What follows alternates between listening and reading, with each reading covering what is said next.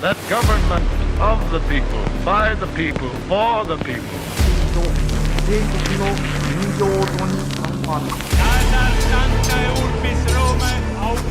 Да здравствует мир международный. Урд минь Монголын уудам хад, хойно минь Монголын хүчрхэг их мордчрэг байваа. 1970-ад оны сүүл үе гэхэд Афганистан улс нь улс төрийн ямар ч институтсгүй шахуу болж улс орон даяар тогтворгүй байдал ноёлоод байв. Хэдийгээр тус улсын аль бие усны засгийн газар нийслэл Кабул хотод төвлөрч байсан ч ард иргэдийнх нь бараг 80-90% нь засгийн газрынхан оролцоо болон оршихуйг огтоосоо мэдэрч чаддаггүй байж. Афганистанд тэр чигтээ Овг аймгийн систем, Исламын харгас хатуу шүүх тогтолцоо, орон нутгийн ноёдын засаглал тогтож, төв засгийн газар эрх мэдлээ хэрэгжүүлэх ямар ч боломжгүй болоод байсан юм. Афганистаны хувьд 1973 онд хаант засгаа түлхэн унгаж, улмаар 1978 онд коммунист хувьсгал гарсны дараагаар тус улс маш богино хугацаанд хоёр тал болон хуваагдав. Ер нь улс орон бүхэлдээ эмх замраагүй байдалд автаад байв. Коммунист нам доторх фракцууд нэгээ аюул хэмээн үзэж, өөр хоорондоо алалцаж, үүнийх нь улмаас Афганистаны цэрэг айрам яг аль талд нь үнэнч байхаа мэдэхгүй байдалд орж, эцэст нь ард иргэдийн дийлэнх хэсэг нь шинээр байгуулагдсан коммунист төрийг хууль ёсны төр хэмээн хүлээн зөвшөөрөх ямар ч боломжгүй нөхцөлд орсон юм. Коммунист удирдагчдын хамгийн том алдаа нь тэд Афганистан улсын дотоод нийгмийн бүтэц, шашны онцлог, уламжлалт амьдралын хэв маягийг огтхонч харгалзан үзэлгүйгээр богино хугацаанд хүчээр шинжилэлт хийхийг оролдсон явдал нь бослого дэгдэх үндсэн нөхцөл болжээ. Хөдөө орон нутаг даяар зэвсэгт эсэргүүцэл ихэрч, төв засгийн газар өөрийн офицерууд дэд бүтэц орон нутгийн ноёдыг захирах ямар ч чадамжгүй болон хувирав. Ингээд эцэст нь 1979 он гэхэд Афганистаны коммунист нам дотоод хяналтаа бүрэн алдаж, тус улс доторх эмх замраагүй байдал нь зөвлөлт холбоот улсын өмнөд хэлийн аюулгүй байдалд нөлөөлж эхлэв. Зөвлөлтийн удирдагчдын хувьд хэрв Афганистаны нийслэл Кабул хотод төрийн иргэдт болж зөвлөлт холбоот улсын хянах боломжгүй улс төрийн хүчин төрийн эрх мэдлийг булаан авбал зөвлөлтийн мэдэлд байдаг Төв Азийн бүгд найрамдах улсуудад ч мөн тогтворгүй байдал үүсэж, Исламын радикал бослого халдварлан хэмээн маш ихээр болгоомжилсан юм. Ийхүү Афганистаны нөхцөл байдал тус улсын улс төрийн болон нийгмийн амьдрал бүхэлдээ нуран унссан тул гадны орнууд ялангуяа зөвлөлт холбоот улс Афганы дотоод асуудалд зайлшгүй татагдах хэмжээнд хүрчээ. Та бүхэндээ манай хамтран ажиллагч байгууллага авторг нь хууль зүйн товчоогоо танилцуулж байна.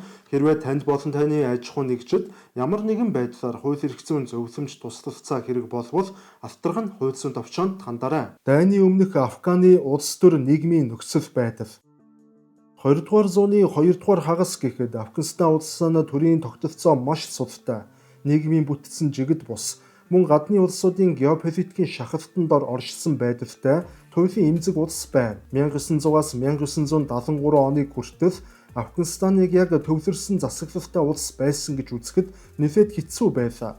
Учир нь тус улсад Овг аймгийн холбоод асар их эрх мэдлийг атгаж, шүүх засаглал нь бүхэлдээ Исламын уламжлалт шариатын шүүхийн нөлөөнд автаж, омгийн захирагчид буюу хам болон малик нар өөрсдийн бүс нутагтаа хэмжээлшгүй эрх мэдэлтэй байв. Аль бие усны төр засаг нь нийслэл Кабул хоттой маш хүчтэй эрх мэдлийн бүтэцтэй байсан боловч нийслэл хотоос бусад бүх нутагт бараг ямар ч нөлөөгүй байв. Засгийн газар хөдөө орон нутагт эрх мэдэлгүй, ямар ч нөлөөгүй байсан тул тус улсад улс төрийн шинжилэлт хийж, түүнийг нутагшуулах боломжгүй байдалд хүрч, цаашлаад Афганистанд орчин үеийн зэвсэгт хүчин байгуулах боломжгүй болж, эцэст нь ядуурл ба бичиг үсэхгүй байдал хэд түгээмэл болон хувирчээ. Улмаар 1973 онд Афганистаны эзэн хаан Мохаммед Захир Шах Европод айлчлал хийж байх хооронд Афганд төрийн иргэдт гарч, хааны үеэл болох Мохаммед Дауд зэвсэгт хүчний офицерууд болон зөвлөлтөд боловсрол эзэмшсэн зүүнний чиглэлийн сэхэтнүүдийн хамтаар төрийн иргэдт хийж хаант засгийг түлхэн унгав. Мохаммед Дауд хувьсгалын дараагаар Афганд улс төрийн шинэ тогтолцоо байгуулж чадсан боловч улс орон хит гүн эдийн засгийн хямралтай, мөн төрийн аппарат яг л өмнөх шигэ орон нутагт ямар ч хүчгүй, Овг аймгийн ноёд бүх эрх мэдлийг атгасан хэвээр байлаа. Нэг ёсондоо бол Афганы төрийн иргэдт нь Афган улсын бус ердөө нийслэл Кабул хотын хэмжээнд хийгдсэн төрийн иргэдт төдийхөн байв. Иймээс Даавууд эхний ээлжинд Зөвлөлт холбоот улсыг түшиглэх бодлого баримталжээ.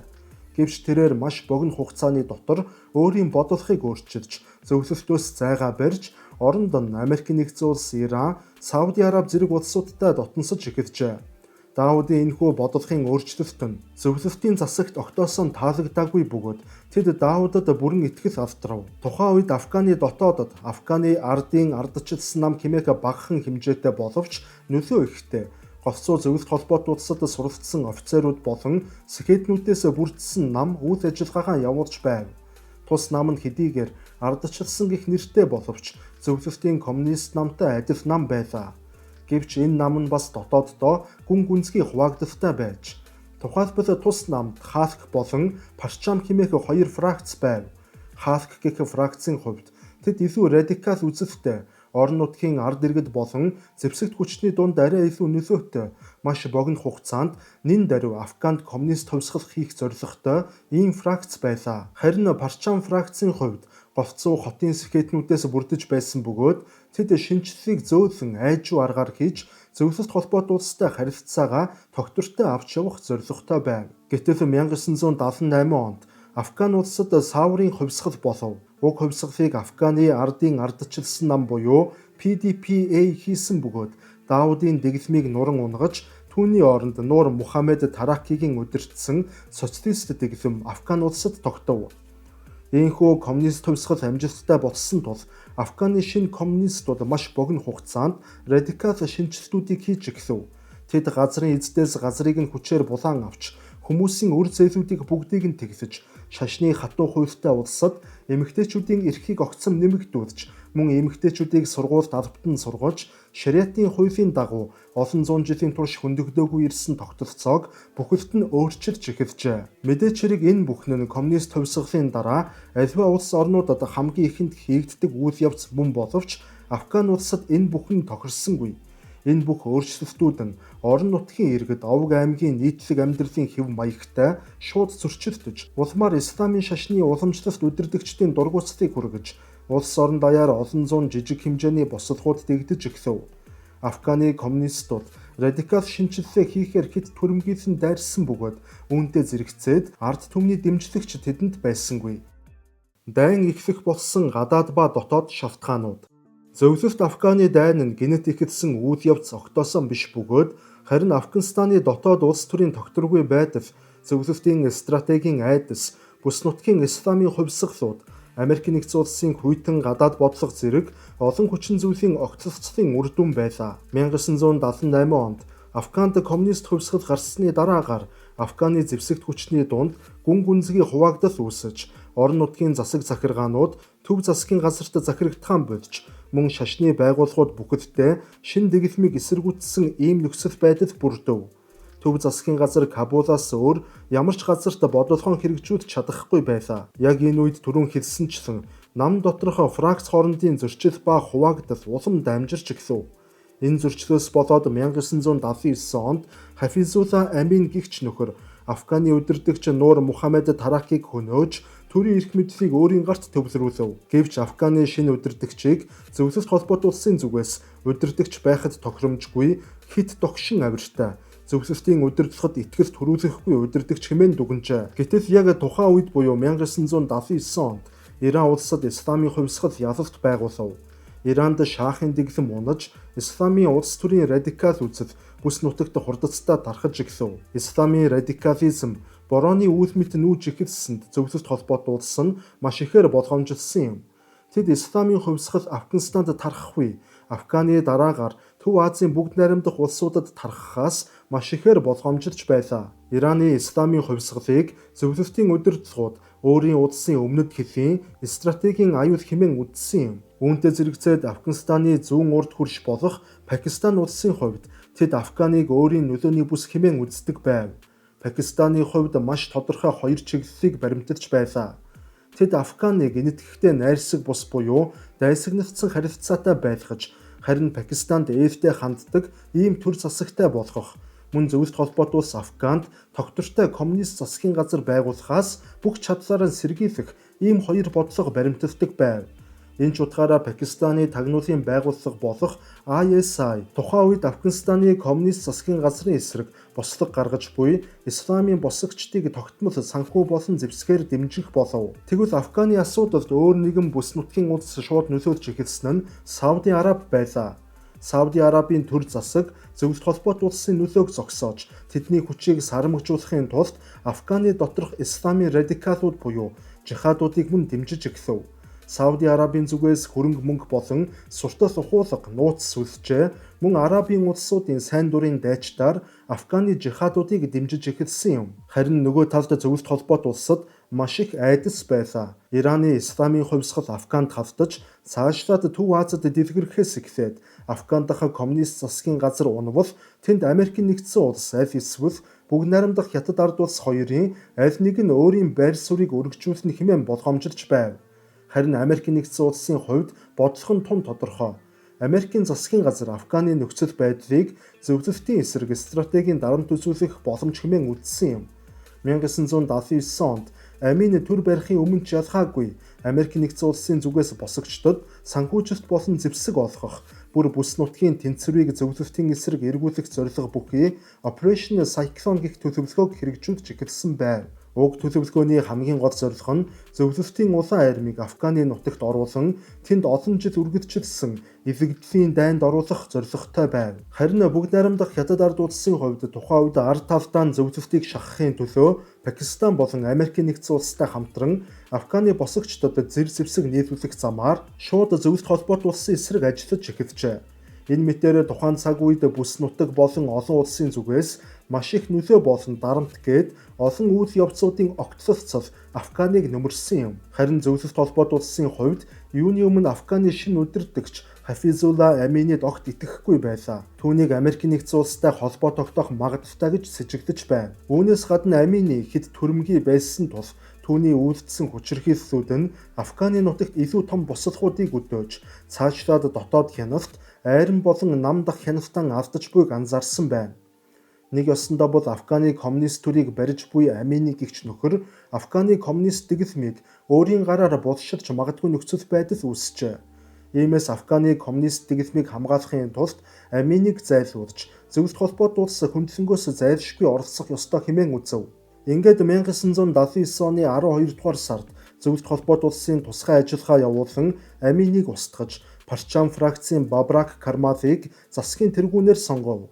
Улмаар Зөвлөлт холбоот улсын зүгээс ах дүүгийн тусламж гэх нэрийн дор зөвлөлтийн 100 мянган цэргийг Афганы нутагт илгээснээр түүхэн дафтартай Зөвлөлт Афганы дайн эхэлсэн юм. Дайны үйл явц. Зөвлөлт Афганы дайн нь 10 жилийн хугацаанд 3 том мөчлөгөөр өрнөсөн дайн юм. Эдгээр нь зөвлөлтийн стратеги, босгочдын чадвар, гадны улсуудын оролцоо, технологийн өөрчлөлт зэрэгээс шууд хамаарсан өөрчлөлт байв. Дайны 1-р үеийг 1979-с 1982 оны хоорондох үе гэж үздэг. Зөвлөлт холбоот улсын тусгай хүчний Гром болон Зенит нэртэй багууд Кабул дахь Тажбек ордонд тусгай ажиллагаа явуулж Аминыг устгаснаар Бабрак Кармалыг Афганы шинэ удирдагч болгов. Зөвлөлтийн анхны стратеги нь Афганы төв засгийн газрын эрх мэдлийг бэхжүүлж, хөдөө орон нутгуудад босолохыг намжааж, коммунист засаг ямар ч эсэргүүцэлгүйгээр хэвийн үйл ажиллагаагаа явуулах боломжоор хангахад оршиж байв. Гэвч энэ бүхэн бүхэлдээ буруу тооцоолол байсан юм. Бодит байдал дээр Афганистан гэх улсын бараг бүх тосхон нэг бүрт бослого гарч, орон нутгийн овог аймагуудын сүлжээнүүд бүхэлдээ зөвлөлтийн цэргийг бүх чиглэлд сүрэн зогсож таарсан юм. Тэдгээр овог аймгийн уламжлалт бүтэцтэй босгочд хэдийгээр ихэнх үедээ зэр зэвсэг муутай байсан боловч нутаг орны газар зүүн онцлогийг маш сайн мэдэж байлаа. Афганистаны газар нутаг хэд уулархах тул зөвлөлтийн механикчсан айрамд туйлын тохиромжгүй. Харин бүс нутгийн босгочдод маш том давуу талыг энэ нь олгож байв. Улмаар дайны 2 дугаар үе буюу 1983-аас 1986 оны хооронд босгочдын хүч анх зөвлөлтийн цэрэг орж ирэх үеийнхээс хамаагүй хүчирхэг болж Зөвлөлт холбоот улстай бараг тэнцвэртэй шахуу байлдаж эхлэв. Мэдээч хэрэг туйлын хоцрогдолт байсан Афганы омгууд өөрсдийн дан ганц хүчээр ийм хүчирхэг болох боломжгүй. Үүнд Америкийн нэгдсэн улс, Пакистан, Сауди Араб мөн бүгд найрамдах Хятад ард улсын тодорхой хэмжээний дэмжлэг маш хүчтэй нөлөө үзүүлжээ. Дээрх улсуудын зүгээс бүгд Пакистанаар дамжуулан АК-47 82 мм-ийн миномет зэрэг хөнгөн чанарын зэвсгүүдийг дамжуулан нийлүүлж мөн жихадын дайчдыг Америкийн нэгдсэн улсын тусгай сургагч офицеруудын тусламжтайгаар Пакистаны нутагт бэлтгэж эхлэв. Энэ үед босгогчдын тоо бараг 150-аас 200 мянгад хүрчээ. Ийм их хэмжээний хүн хүч болон зэвсэгтэй болсон Афганы жихадистууд улаан армийн эсрэг айхцүүлгүй тулалдаж байв. Нэгэнт нөхцөл байдал өөрчлөгдсөн тул зөвлөлт холбоот улсч гэсэн стратегийн өөрчилж эхлэв. Тэд өөрсдийн цэргүүдийг уулархаг таньж мэдэхгүй бүс нутагт хий дэмий өхүүлж байхаар Афганистаны коммунист засгийн газрын армийг илүү сайжруулан бэхжүүлэх зорилго тавьжээ. Хэдий зөвлөлтүүд зөв бодлого баримтарч эхэлсэн боловч бодит байдал дээр Афганы армийн сахилга бат дэндүү сул ард иргэдийн дийлэнх нь мөн коммунист засгийг хууль ёсны хэмээн үзэхгүй байсан тул нутгийн иргэдийн дэмжлэгийг олж авч чадсангүй.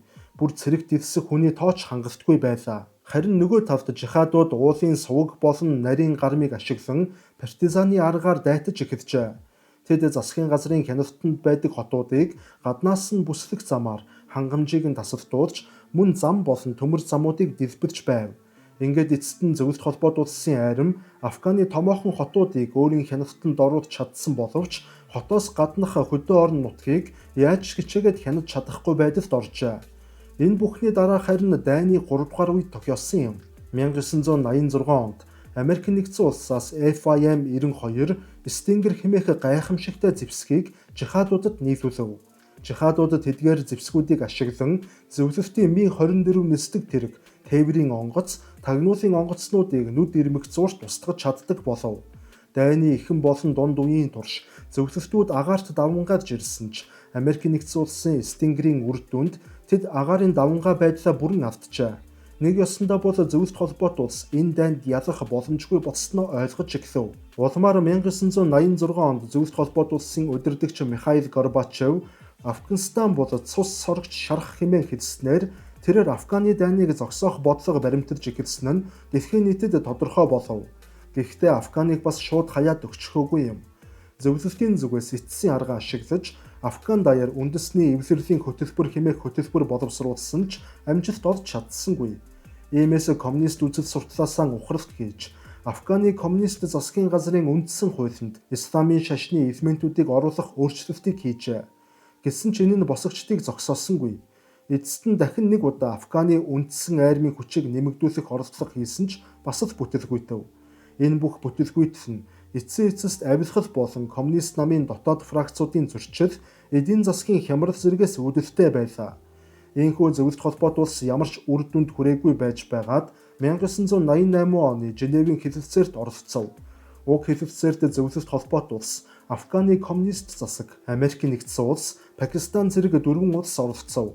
Хэлэлцээрийн үр дүнд зөвлөлт холбоот улс цэргийн гаргахаар болж Америкийн нэгдсэн улс жихадуудад зэвсэг нийлүүлэхээ багасгаж коммунист Афганы тусгаар тогтнолыг мөн Америкийн нэгдсэн улс хүндэтгэн үзэхээр болсон байна. Ингээд 1989 оны 12 дугаар сарын 15-ны өдөр гэхэд зөвлөлт холбоот улсын сүүлчийн цэрэг Афганы нутгийг орхин гарав.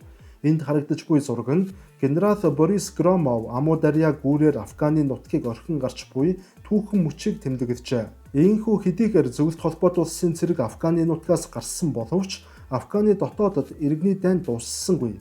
Үүний гол шалтгаан нь Америкийн нэгдсэн улс үргэлжлүүлэн зэвсэг нийлүүлж Пакистан мөн жихадуудыг үргэлжлүүлэн бэлтгэсээр байсанд оршиж байв. Ингээд эцэстээ 1992 онд Кабулд дах коммунист төв засгийн газар нуран унав. Харин коммунист засаг нурсны дараагаар Афган даяар дахин иргэний дайн эхэлж, уг иргэний дайнд талибанчууд хүчирхэгжиж эхлэв. Хэдийгээр Афганистаны дайн дууссан боловч Афганд инх тайван тогтсонгүй. Дайны үр дүн ба нөлөө. Зөвлөлт Афганы дайн нь хүйтэн дайны үед болсон хамгийн том прокси дайнуудын нэг байсан бөгөөд уг дайны үр дүнд Афганистан болон бүс нутаг, зөвлөлт холбоот улс болон дэлхийн аюулгүй байдалд олон 10 жилийн туршид нөлөөлсөн стратегийн өөрчлөлтүүд тохиолсон юм. Афганы дайн дуусаж, зөвлөлтийн цэрэг гарсны дараагаар Афган улсын төрийн институт бүхэлдээ сүрээд байв.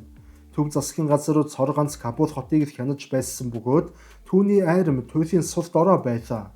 Харин нөгөө талд орон нутгийн ноёдууд төв засгийн газараас ч илүү нөлөөтэй бие даасан цэргийн удирдлагууд болон хувирчээ. Афганистан дотор маш олон удирдагчид, маш олон зэвсэгт бүлэглэлүүд нэг нэгнтэйгээ дайтах байдлаар зэрэгцэн орших болов. Мөн уг дайны уршигаар хамгийн багадаа 2 сая гаруй хүн алагдаж, 5-аас 6 сая хүн Пакистан болон Иранд орон гарсан гэж үздэг. Түүнчлэн уг дайн нь Афганы хүн амын бүтцэд өөрчлөлт хийсэн бөгөөд Афган даяар залуу ирчүүдийн дутагдал үүссэн юм. Улмаар орон нутгийн дэд бүтэц бүхэлдээ сүйдэж, хөдөө аж ахуйн систем бүрэн тасалдаж, хотын аж үйлдвэрүүд сүйдэж, улсын төсөв бүрдүүлэх ямар ч боломжгүй болон хувирчээ. Афганд нэг ёсондоо эдийн засаг гэж байхгүй хэмжээнд хүрээд байв. Тухайн үед зөвлөлт холбоот улс арай задраагүй байсан тул зөвлөлтийн татаасаар арай ядан амь зууж байлаа. Орон нутгийн ноёдууд бүгд зэвсэгт бүлэглэлийн толгойлогчид болсон явдал нь Америк нэгдсэн улс ба Пакистан улсууд тэдэнд маш их хэмжээний зэвсэг нийлүүлж тасралтгүй дэмжин сургаж байсантай шууд холбоотой байв. Улмаар дайны дараа тэдгээр босгочид гадны санхүүжилтээр хэд хэдэн автономт бүтцүүдийг Афган даяар бий болгов. Тэрхүү үндэс суурь үр хөврөлтөөр тулгуурлан хожим талибанчууд бий болсон бөгөөд мөн алдарт Араб Афган бүлэглэл болон Ал-Каида бүлэглэлийн суурь экосистем бүрдсэн гэж үздэг. Манай өнөөдрийн дугаарын хамтран ажиллагч байгууллагаар дэлхийн номер 1 ургамлын гаралтай эм үйлдвэрлэгч Himalaya брендийн Tentix Royal хэмээх бүтээгдэхүүн маань хамтран ажиллаж байна. Энд харагдаж буй бүтээгдэхүүн маань эрчүүдийн эр бэлгийн даавар буюу тестостероны хэмжээг бол нэмэгдүүлж, цаашлаад эрчүүдийн эрч хүч болон цусны эргэлтийг нэмэгдүүлснээр эрчүүдийн бэлгийн чадварыг сайжруулах ийм үйлчилгээтэй ургамлын гаралтай шилдэг бүтээгдэхүүн байгаа юм а. Тэгвэл энэ дайнд яг хэн ялав гэдэг асуулт гарч ирнэ. Стратегийн хувьд хамгийн том ялалтыг Пакистан улс амссан. Уг дайны дараагаар Пакистаны тагнуулын байгууллага Афганд маш гүн гүнзгий нөлөөтэй болж, жихадистууд Пакистантай холбоотон болж, Пакистан улс бүс нутгийн гол оролцогч болж чаджээ. Харин Америк нэгдсэн улсын хувьд богино хугацааны ялалтад хүрсэн гэж үзэж болно. Учир нь тэд хэдийгээр зөвлөлт холбоот улсыг Афганистанд ялаж чадсан боловч Америк нэгдсэн улс эргээд хэд радикал бүлэглэлүүдийг хяналтгүй дэмжснээсээ болоод олон алан хядах бүлэглэлүүд ойролт орнодын ертөнцид байгуулагдах нөхцөлийг бүрдүүлсэн юм. Мөн дайны дараагаар Америкчууд Афганы шинэ улс төрийн тогтолцоог бүтээхэд оролцоогүй учраас Афган маш удаан хугацаанд иргэний дайны хөлд нэрвэгдэж улам бүр ядуурн сүрв.